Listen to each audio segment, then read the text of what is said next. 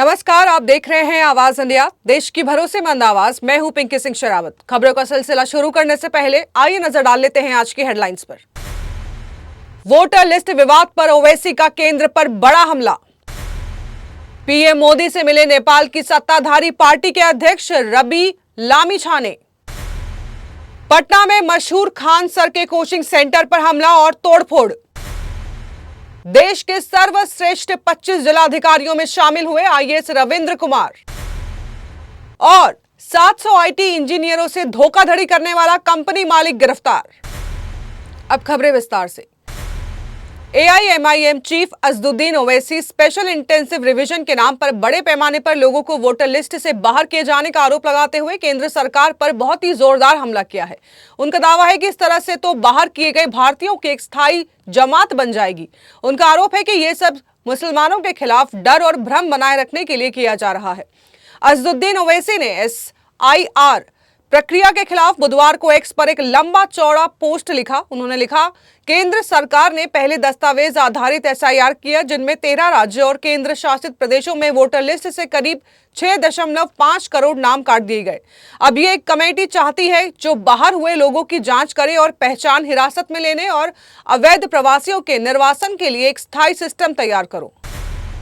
नेपाल की सत्ताधारी राष्ट्रीय स्वतंत्र पार्टी के अध्यक्ष रवि लामिछाने ने बुधवार को प्रधानमंत्री नरेंद्र मोदी से 1 घंटे मुलाकात की और सोशल मीडिया पर खुलकर अपनी खुशी का इजहार किया।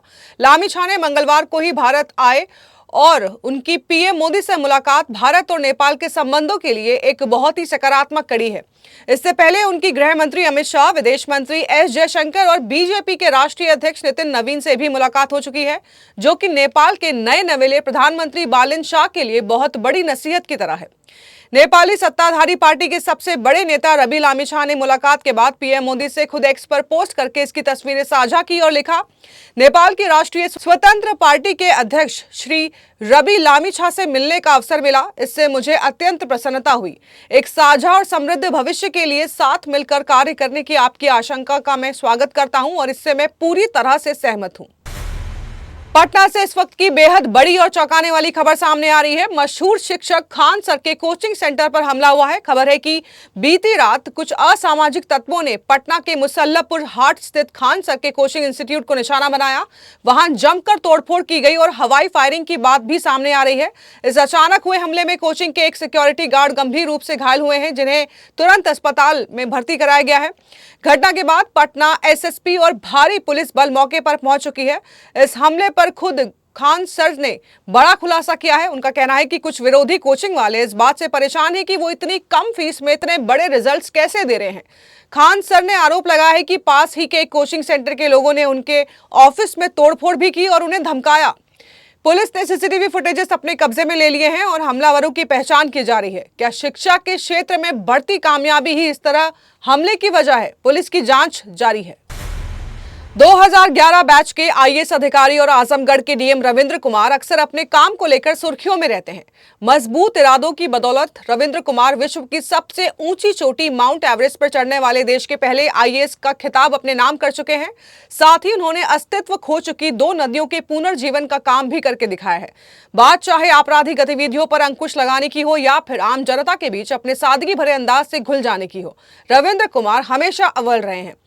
उनकी इन्हीं सारी उपलब्धियों को देखते हुए फेम इंडिया सर्वे ने उन्हें भारत के 25 सर्वश्रेष्ठ जिलाधिकारियों की सूची में शामिल किया है।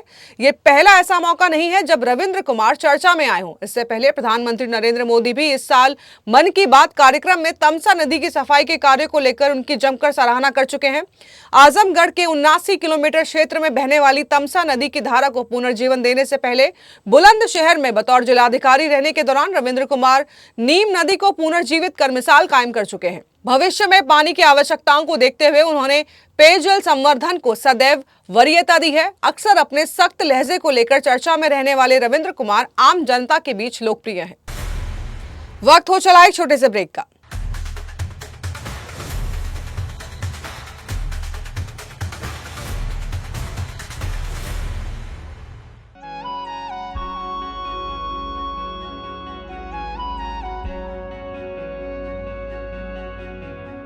आवाज इंडिया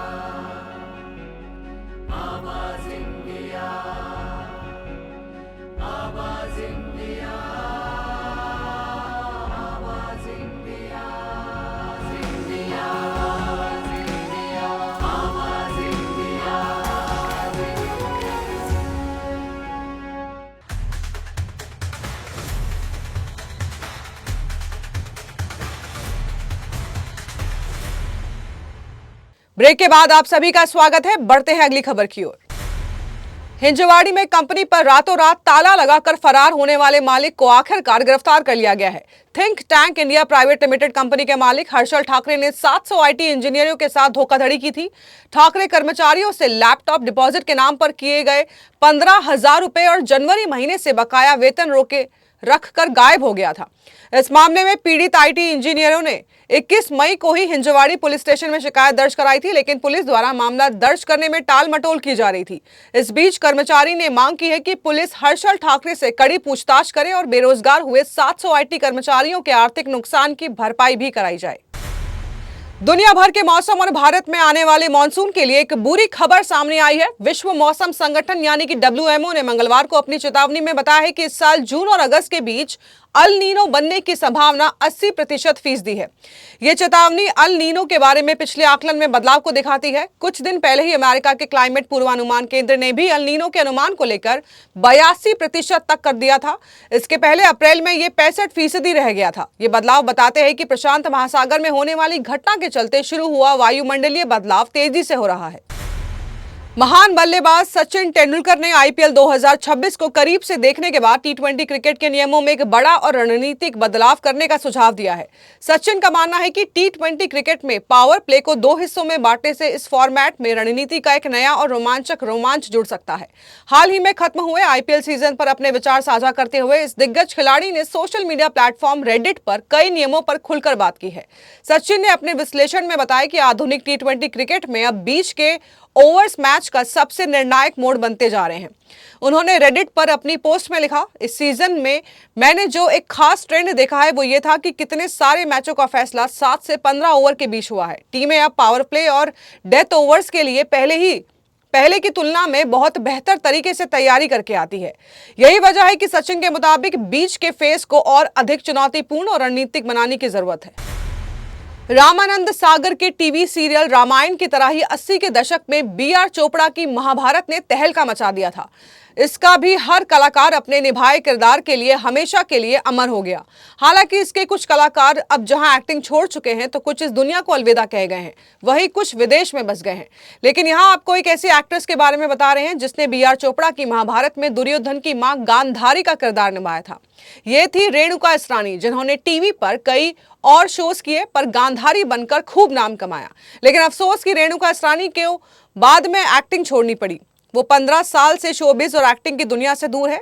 यही नहीं, रेणुका इसरानी अब 59 साल की हो चुकी हैं पर अकेली ही हैं। उन्होंने शादी भी नहीं की है। रेणुका इसरानी ने इसलिए शादी नहीं की क्योंकि उनकी वजह है उनके पेरेंट्स उन्हें अकेला न छोड़ना। इसलिए रेणुका कुंवारी ही रही और अब 59 साल की उम्र में भी वो कुंवारी ही है। वो अब बौद्ध धर्म की अनुयायी है और मुंबई के लोखंडवाला में लोगों को बौद्ध धर्म के प्रति जागरूक करती हैं। वो कविताएं लिखती हैं और राइटर भी हैं। तो देश और दुनिया की बड़ी खबरों में फिलहाल के लिए इतना ही। जुड़े रहिए आवाज इंडिया के साथ, जल्द होगी मुलाकात। तब तक के लिए नमस्कार।